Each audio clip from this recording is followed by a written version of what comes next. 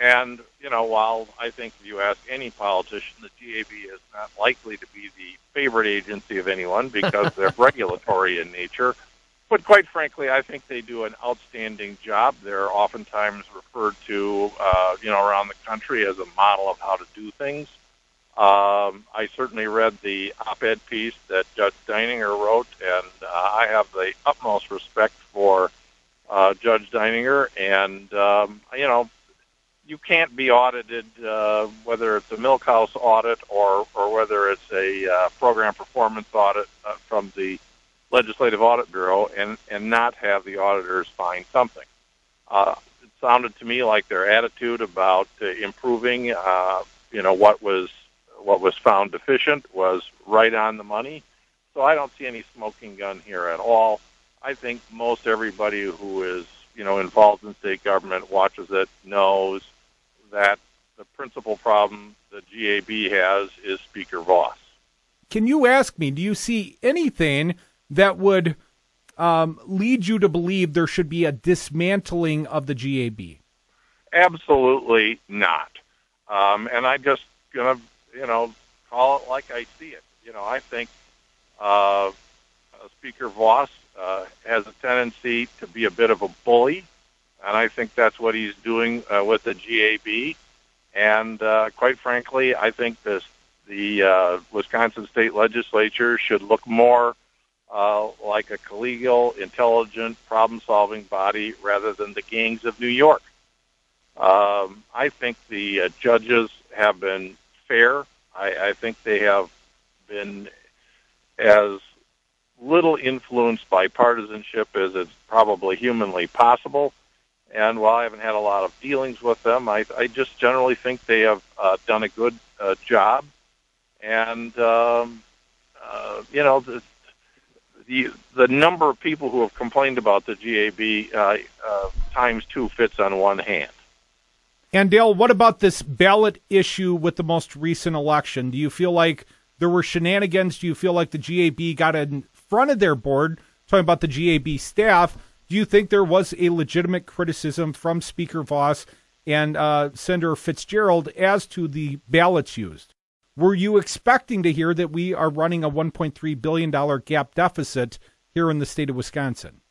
Well, I did. I know that we're in a deficit, and we have a huge financial problem, particularly given the attitudes in the legislature.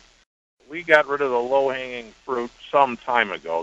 We didn't just get rid of it. We are now literally dismantling the state government, and people need to think long and hard about what they want for a future in our state. There was a time when I got elected when we were proud of the condition of our infrastructure and our roads. I drive around a lot now, and I am horrified. Wisconsin roads are starting to look third world to me out our way. And, of course, you've seen the reports about the, $800-some million disinvestment every year that the Department of Transportation has talked about. The university has been absolutely eviscerated in the last budget, and, any reserves that we Republicans told them they ought to have, like good business people have been spent while we provided, no pain for students who admittedly are struggling. And, now we have a situation where we're in a position to do real damage to a world-class university. Medicaid and Medicare are certainly growing. Providers, I know, in recent years have not been paid any kind of increase. I worry about the provider community out there, and K-12 system in the last few years has laid off 3,000 personnel, and it looks to me like that's going to accelerate out my way. I would not be shocked if a huge percentage of school districts wind up going to referendum to have the privilege of raising their own property taxes because the state has walked away from its principal responsibility of providing for a free, appropriate, and nearly equal education for everybody.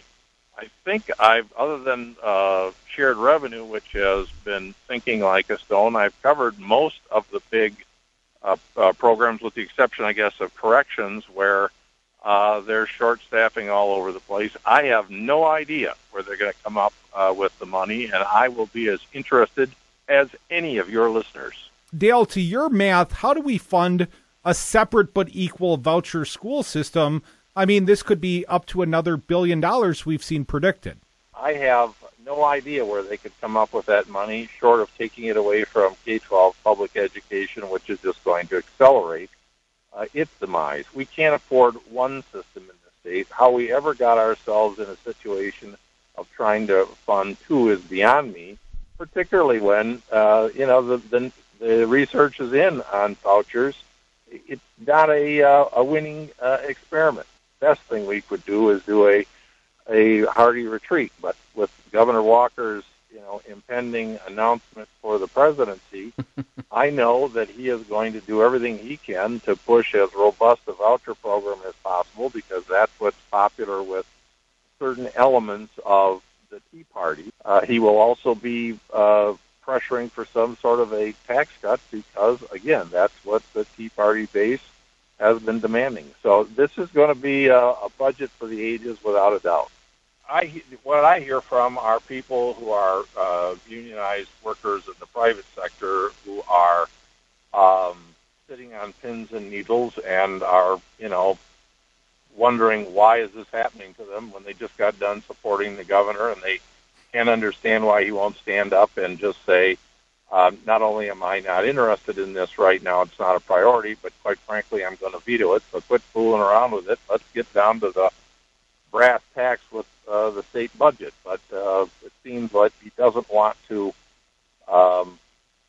lead on this issue. To me, it sort of reminds me of the kind of leadership style that President Obama has. He leads from behind. Governor Walker's playing very dangerously here because the electrical workers, the plumbers union, the carpenters in this state, the transportation, Local 139 guys all supported the governor in his reelection. And while he did get a respectable margin, 52%, I don't think he's a winner without these guys. And it'd be kind of embarrassing to run for president and simply not have the votes to win your own state. How much pain do we have to dish out in this state to one another before we finally realize that we have to get along and we have to compromise with one another? But,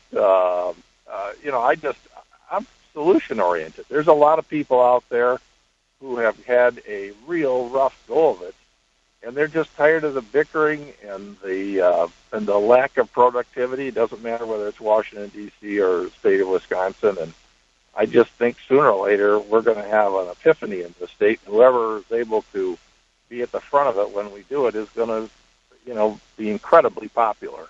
Really worries about the integrity of our elections. I think to the extent that we have a problem with our elections, it's largely caused by the political process constantly fooling with the jobs that the clerks do. Is it perfect? No.